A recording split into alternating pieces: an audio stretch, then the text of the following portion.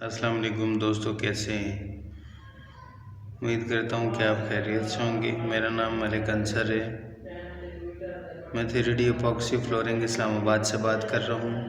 आपके सामने एक टेबल है जो 18 बाई 18 इंच का है। ये बच्चों के लिए है। ये केमिकल से बना है और इसमें हम लोगों ने 3 कलर दिए हैं। सबसे पहले आपको दिखा दें कि ये कलर इसमें मिक्स किए हैं। देखें, नंबर 1, नंबर 2 ये ग्रीन, नंबर 3 ये वाइट कलर हमने दिया है। तो इसमें आप बड़े साइज़ में भी टेबल बनवा सकते हैं, जितना बड़ा चाहें। और उसके अलावा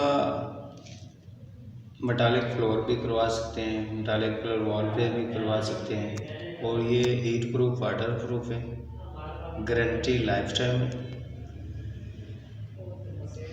तो सर, मज़ीद हमारी वीडियो देखने के लिए लाइक करें, कमेंट करें और लिंक डिस्क्रिप्शन में दे दूँगा।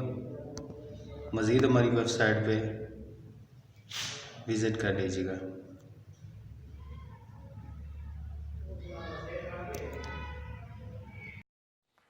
बहुत मेहरबानी मलिक साहब।